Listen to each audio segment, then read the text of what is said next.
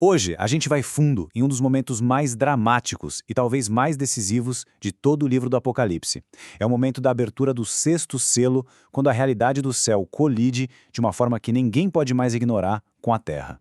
É que tem um momento em Apocalipse, um ponto de virada, em que a humanidade percebe, só que tarde demais, que Deus é real. Sabe, não é mais uma questão de opinião, de teoria, de debate. É um confronto, cara a cara. Ok, vamos entrar de cabeça nisso. A cena que João descreve é tão, mas tão intensa, que para a gente entender de verdade a profundidade desse momento, a gente precisa primeiro ir direto na fonte, ler o que o texto diz, palavra por palavra, sem filtro. Então, o cenário que se abre é de uma convulsão cósmica total. Pensa só, um terremoto gigantesco. Aí o Sol, que é a nossa fonte de luz, de vida, simplesmente apaga. Fica tudo escuro. E a Lua? A Lua ganha aquela cor de sangue, uma cor de juízo. E não para por aí. A desintegração continua. As estrelas, de repente, começam a cair do céu e o próprio céu, ele se enrola como se fosse um pergaminho antigo sendo guardado, revelando o que tem por trás, sabe? E como se não bastasse, para fechar o pacote, a própria geografia do planeta é refeita. Tudo aquilo que a gente considera fixo, permanente, montanhas, ilhas, tudo é arrancado do lugar. A ideia de segurança física acabou, não existe mais. Agora, a reação das pessoas a tudo isso? Olha, é aqui que a coisa fica muito reveladora. Porque não é um pânico aqui ou ali. É global. Todo mundo, sem exceção, dos reis aos escravos, dos mais ricos aos mais poderosos. Não importa. A estrutura social inteira corre desesperada para se esconder. E aqui, presta atenção, está o ponto central de tudo. O grito deles não é, nos escondam do terremoto, ou salvem a gente das estrelas. Não. O pedido é para se esconder de alguém, de uma presença, da face daquele que está no trono e da ira do Cordeiro. Bom, e esse colapso todo, essa cena toda, pode até parecer uma coisa que só aparece no Apocalipse, né? Mas não é. Na verdade, isso faz parte de um padrão profético bem consistente. É um eco de palavras que já tinham sido ditas muito, muito tempo antes. E a conexão é impossível de ignorar. O próprio Jesus, lá em Mateus 24, descreveu exatamente os mesmos sinais. Olha só, o sol escurecendo, tá lá.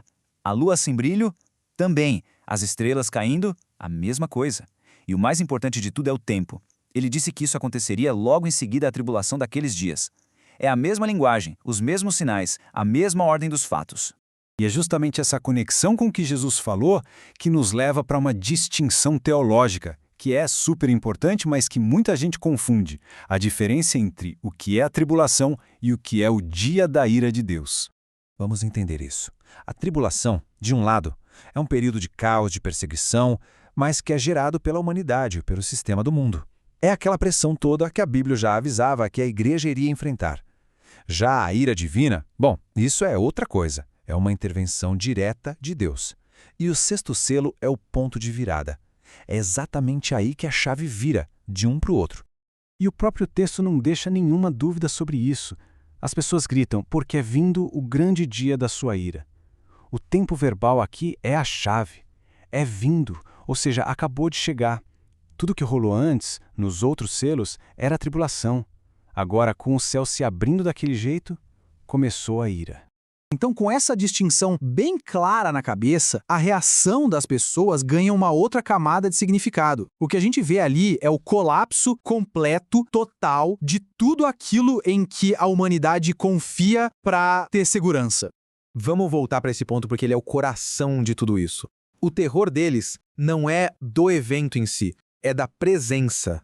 Entende? O problema não é o caos lá fora, é a clareza que surge. Pela primeira vez, a humanidade vê a realidade como ela realmente é. E o medo é de ser visto, de encarar a face de Deus. Esse momento escancara a falência de todos os ídolos humanos. Pensa bem, reis, bilionários, generais, todo mundo escondido em cavernas. O que isso nos mostra? Que na hora do vamos ver, diante da realidade divina, dinheiro não compra proteção, poder não cria uma rota de fuga e status social não vale absolutamente nada. E aí, no meio desse pavor todo, a gente encontra a frase talvez mais chocante e teologicamente profunda de toda essa passagem. a gente descobre qual é a fonte dessa ira que está fazendo o mundo desmoronar.